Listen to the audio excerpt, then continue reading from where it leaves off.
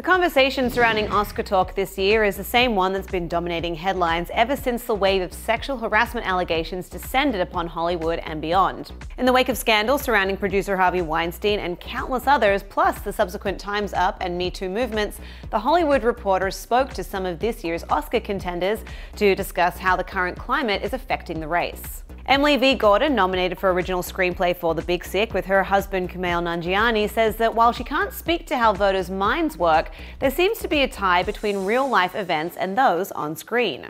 Maybe in the past we thought of these movies as just entertainment, but now we're realizing everything is connected, she says. These issues are not disconnected from the movies being made, and they are not disconnected from the conversations about the movies. Filmmaker Joe Wright, whose Darkest Hour scored 6 nominations, including one for Best Picture, says his movie may have benefited from being in the right place at the right time. It's an exciting time to be engaged and be engaging with the world at large, he says. We started work on the film prior to any of the stuff that was happening in the world. It's taken on this kind of relevance as a portrait of leadership and what that looks like. That's great, but that's something that the audience is doing. That's not something we forced, and that's important. Not everyone in the running is convinced, however. I don't think it's affecting the races, says Judd Apatow, who produced The Big Sick. In a lot of ways, our business is in a mode of transition. There's a lot of chaos, but something must be going right if there are this many brilliant movies this year.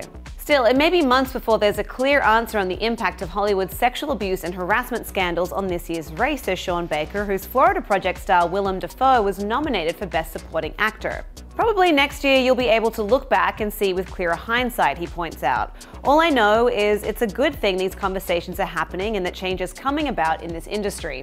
It's a wonderful time for the industry.